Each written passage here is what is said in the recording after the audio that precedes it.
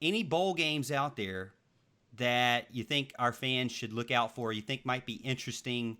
I'll get started first. For me, it's the one that we did a picks against the spread for like 3 times.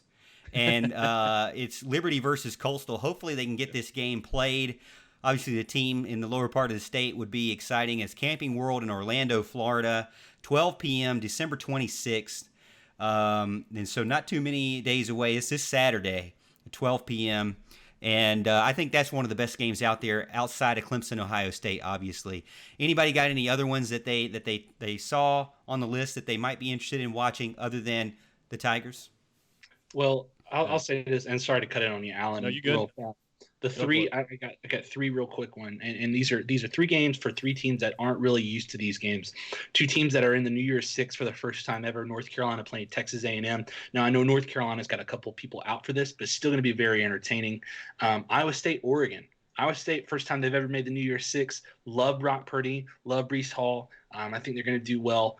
Oregon's kind of overrated this year. I hate saying that because I love Yeah. it. And then lastly, Indiana, Ole Miss. A quarterback who will not be named. I don't know if he's going to be playing or not. I think Ole Miss is going to win that game, but Indiana's in the Outback Bowl for the first time, and it'll be interesting. Yeah, look, I'm looking forward to Georgia, Cincinnati. I think we all know my hierarchy of teams I hate is South Carolina, and Georgia is right under there. So I'll be a big Bearcat fan that night. Mm-hmm. Looking for Cincinnati to show that they belong. And hey, maybe they deserve a spot in the college football playoff. It'll be their chance to prove themselves. JT Daniels has come on and really done a great job for Georgia. So now Cincinnati's time to show them that they belong.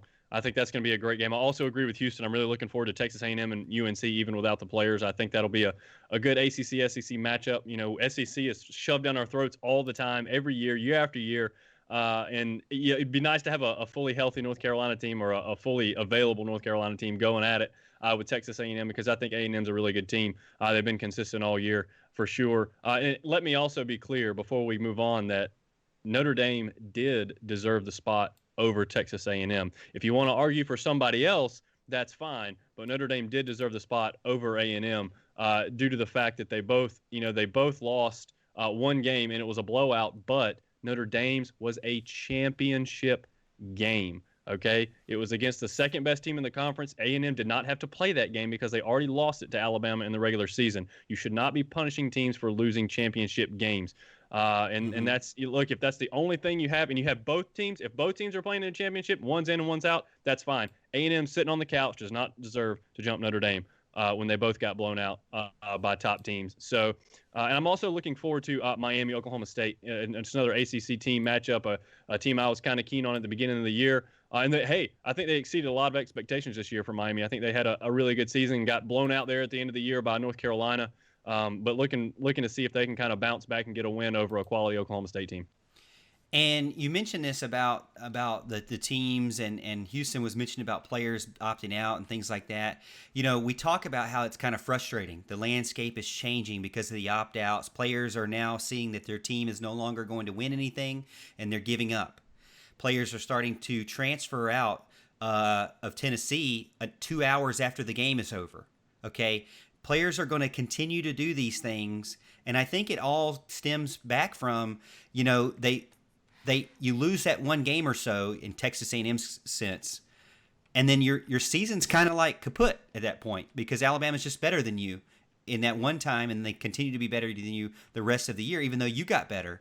And so that kind of goes back to our original talk about the playoffs and adding more teams into it, because I think you got to do something to keep these top teams involved. I'm not saying Tennessee is one of those, but I do worry about players saying, well, man, you know, I've only played 3 games. This team's already lost 3. They're never going to go anywhere. I'm just going to go transfer over to Florida real quick, you know, Yeah. or whatever. And it's been kind of weird with this year because, you know, you don't lose eligibility.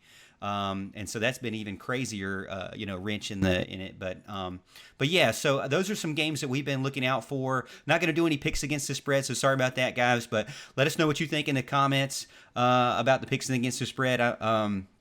UNC without Surratt doesn't match up well against TAMU, and that's John. I would agree. I mean, UNC's not only missing Surratt, but they're missing Carter And who was the other one? De'Ami Brown. So there's some three guys that are definitely some factors in that game. You know what it's like when you lose three starters. You know what those kind of games are. But yeah, so I originally, if they hadn't have opted out for the NFL, which I think it's their right, I do. But if they hadn't have opted out, it would be a better game for sure.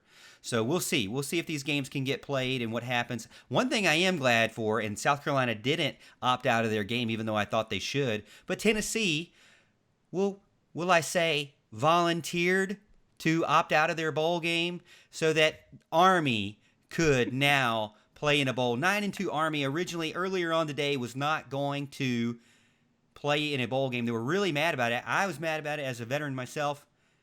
But Tennessee, again, done their volunteer duty and allowed, well, they got COVID. And so not really a volunteer, but they got COVID, so they're not playing. And so so now Army and West Virginia are going to play in the Liberty Bowl. So that's going to be an exciting one. At least, like I said, a 9-2 team, again, should not be left out of at least a bowl game. It's just crazy this year. Hopefully, let's not bring anything that we experienced in 2020 into 2021, guys. Let's leave all this nasty, all the bad stuff. Let's just leave it there.